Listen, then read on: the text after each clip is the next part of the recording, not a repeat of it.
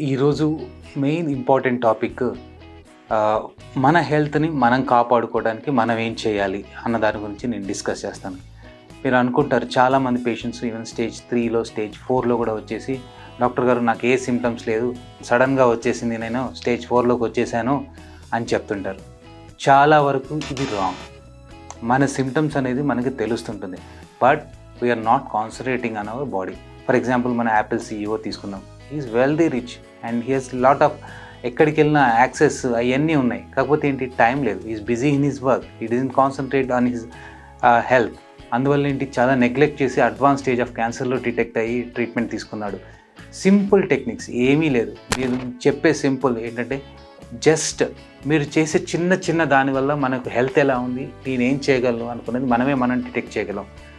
ఒక పేషెంట్ చెప్తాను ఇప్పుడే, ఒక స్టోరీ చెప్తాను. నా పేషెంట్ ఒక ఫీమేల్ వచ్చారు, సింపుల్ బ్రెస్ట్ పెయిన్తో వచ్చింది. She didn't neglected her symptom at all. ఏం చేసాము, ఇవాల్యుయేట్ చేసాము. ఎందుకంటే పెయిన్ వచ్చింది, షీ హ్యాస్ సమ్ సిమ్టమ్స్ అని ఇవాల్యుయేట్ చేసాము. బ్రెస్ట్లో 7 mm సైజ్ ఉన్న గడ్డ ఒకటి మాకు అనుమానంగా కనిపించింది. బ్రెస్ట్ ఆ 7 mm ఉన్న గడ్డ నుంచి బయాప్సీ తీసాము, క్యాన్సర్ అని ప్రూవ్ అయింది. ఆ ఆపరేషన్ చేసాము. She's totally cured and now she's leading her life happily.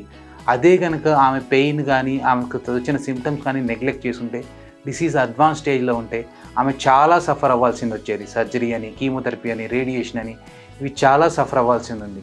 Even 7 mm కాబట్టి ఆమెకు రిసెప్టార్స్ పాజిటివ్ వచ్చాయి కాబట్టి ఆమెకి ఈవెన్ కీమోథెరపీ కూడా అవసరం లేకుండా ఓన్లీ హార్మోనల్ థెరపీ మీద కొట్టేసి ఎర్లీగా డిటెక్ట్ చేయడం.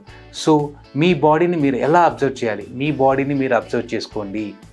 ఎప్పుడైనా స్నానం చేస్తున్నప్పుడు మీరు చూసుకోండి. స్నానం చేస్తున్నప్పుడు కానీ మీకు టైం కాదు, బాడీలో ఏమైనా చేంజెస్ వచ్చాయా, ఏమైనా కొత్త లంప్స్ వచ్చాయా, కొత్త ఏమైనా వచ్చాయా, ఇవి ఒకసారి చూసుకోండి.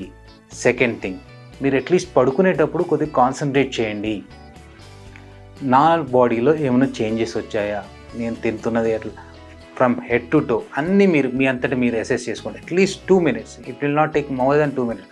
అది కూడా పడుకున్నప్పుడు మీరు దానికి స్పెషల్ అటెన్షన్ కానీ స్పెషల్ కేర్ కానీ ఏం చేసుకోకర్లా.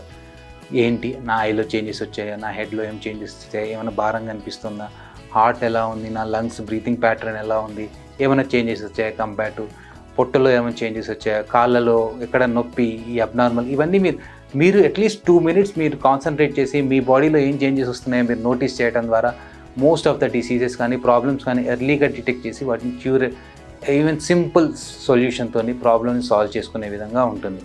So be attentive and be thorough and at least spend 2 to 3 minutes in a day for yourself. Thank you.